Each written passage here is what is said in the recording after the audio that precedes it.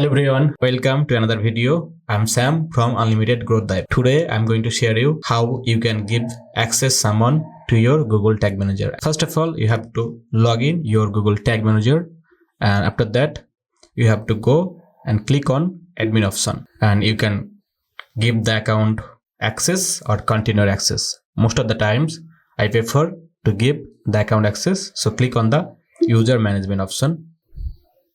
After that, click on the plus icon. Again, click on the add user. Put the email that you want to share the access. After that, click on the admin option, but not yet complete.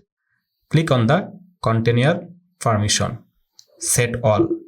This is very important. Most of the user mistake this option, and click on the publish option and done, and send invitation.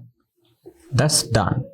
Your user will get an email that you are giving him a Google Tag Manager access. Now just the email owner has to accept the request and he will get the access. That's it. It's very simple. In the next video, I'm going to share you how you can connect your Google Tag Manager to your website backend. So stay tuned with us. Thank you so much.